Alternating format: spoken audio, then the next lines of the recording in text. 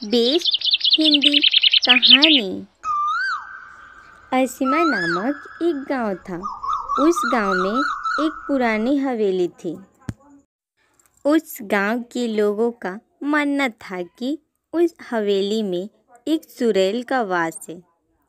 उस हवेली के आसपास कोई नहीं जाता था। एक दिन रात को बहुत तेज आंधी पानी आता है। सारे गांव वाले अपने अपने घरों में छुप जाते हैं। लेकिन महेश काम से वापस नहीं आया था।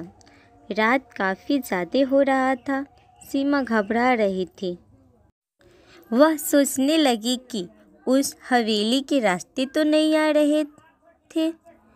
उधर महेश घर आ रहा था, लेकिन वह गलती से उस हवेली वाले रास्ते पर आ जाता है।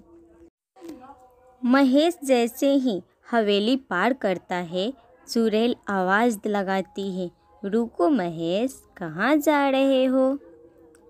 महेश पीछे मुड़कर देखा तो चुड़ैल को देख के भागना शुरू किया।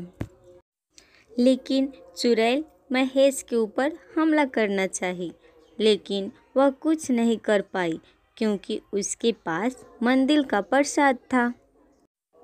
महेश ने जब देखा कि चुड़ैल वापस जा रही है तो वह तेजी से घर की ओर भागा और घर आ गया।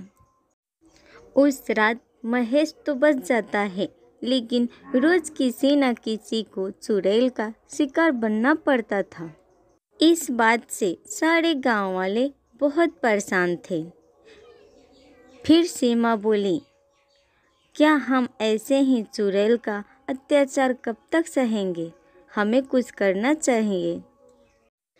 तब सब गांव वाले पंडित जी के पास जाते हैं और उस चुड़ैल से बचने का उपाय पूछते हैं।